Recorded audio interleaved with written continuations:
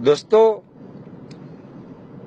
बोलिए सत्यनारायण भगवान की जय।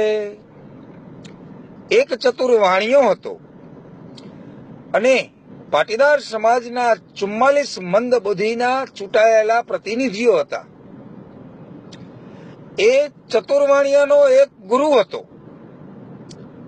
ચતુર્વાણિયો એટલો હોશિયાર હતો, પોતાની નાતને લઘુમતી કોમમાં સમાવવા માટે અમે હિન્દુ નથી એવું એફિડેવિટ આપેલું અને પોતાની નાતને ઓબીસીમાં બંધવાળને સમાવી લીધી। આપણા 44 મંદબુદ્ધિના પાટીદાર સમાજના પ્રતિનિધિઓને એ પણ ના ખબર પડી। ત્યાર પછી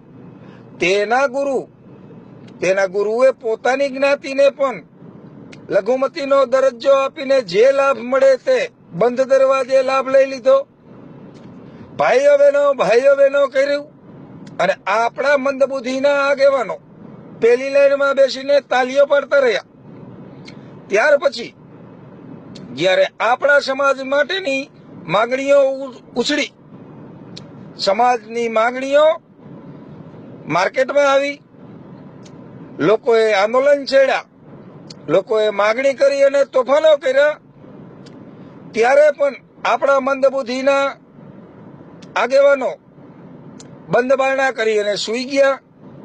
જ્યારે આપણા સમાજના ઘણા યુવાનો શહીદ થયા તો પણ મગરના બે આંસુ ન પડ્યા અને અન્ય સમાજને ખાલી માર માર્યો તો દિલ્હીથી દોડીને ઠેઠ ઉનાને દ્વારકા ધામ બનાવી દીધું।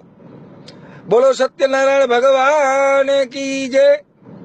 મારો કહેવાનો ભાવાર્થ એટલો જ છે કે અલીબાબા 40 ચોરની વાર્તા તમે સાંભળી હશે અને સિરિયલ પણ જોઈ હશે, પણ અહીંયા તો અલીબાબાના 44 ચોર છે, 4 વ્યાજ સહિત આપ્યા છે। એ અલીબાબાના 44 ચોરો, તમને પાટીદાર સમાજનું કાંઈ પણ પેટમાં ભરતું હોય તો હજી પણ પાછા વળી જાઓ।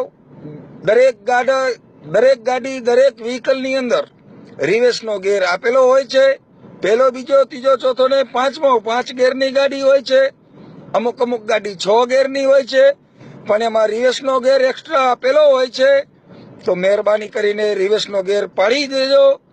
જો નહીં પાડો તો ગાડીનું એક્સિડન્ટ થવાનું છે 2017માં। બોલીએ સત્યનારાયણ ભગવાન કી જય।